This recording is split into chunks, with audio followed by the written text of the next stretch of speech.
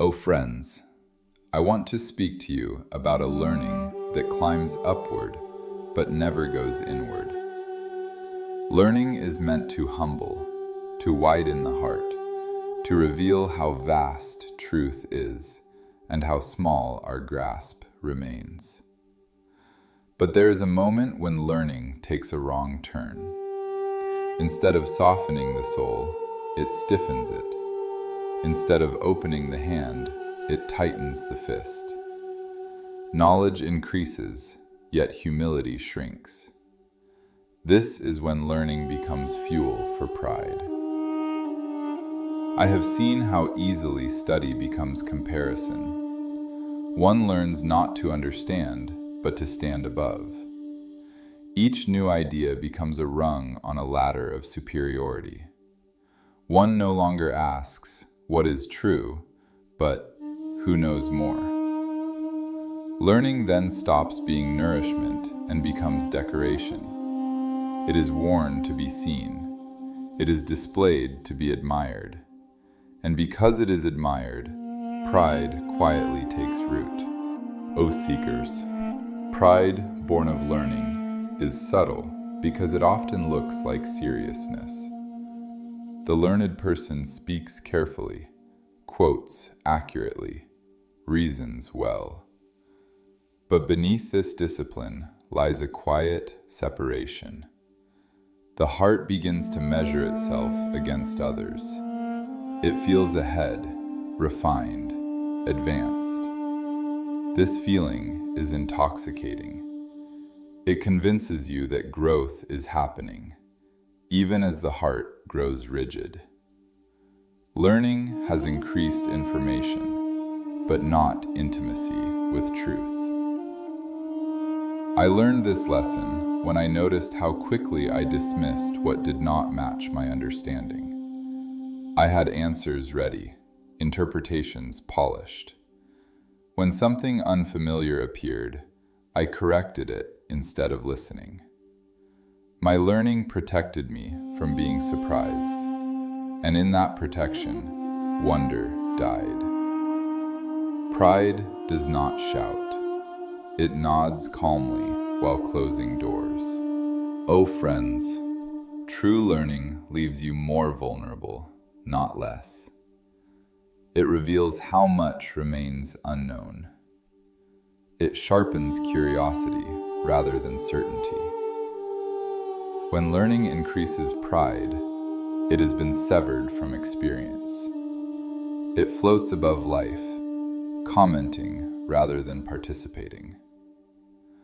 The learned person begins to fear situations where knowledge does not help, where presence, patience, or humility are required instead. O seekers, notice how pride resists correction. When learning feeds pride, being wrong feels unbearable. Questions feel like threats. Dialogue becomes debate. The goal shifts from understanding to victory. In such a state, learning no longer serves truth. It serves the self-image of the knower. And truth, when treated this way, quietly withdraws. I do not say this to discourage study. Study is sacred when it leads you closer to life. But learning must descend. It must touch how you speak, how you listen, how you admit uncertainty. If learning does not make you kinder, slower to judge, quicker to listen, it has not yet done its work. Knowledge that does not change posture only changes vocabulary. O beloved ones, humility is the companion of real learning. Humility does not deny intelligence. It places it properly. It allows learning to remain fluid, responsive, alive. When humility is present, learning becomes a bridge. When pride takes over, learning becomes a wall. One connects, the other separates. There is a quiet sign that learning has begun to heal rather than inflate. You stop needing to be right. You become interested rather than defensive. You can sit with not knowing without anxiety. You can learn from those who speak poorly but live honestly. Pride cannot do this. Pride listens only for confirmation. Oh friends, ask yourselves what your learning has produced. Has it made you more approachable or more distant? More patient or more impatient? More curious or more convinced? These questions are not meant to shame. They are meant to reorient. Learning that increases pride has simply missed a step. It needs to pass through humility to become wisdom.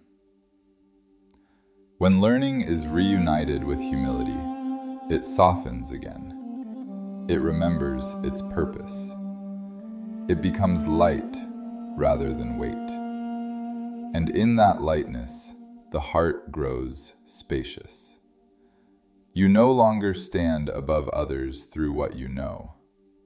You stand beside them through what you are still learning. This is when learning finally fulfills its promise, not to elevate the self, but to serve the truth. Thank you for watching. Stay tuned for the next episodes.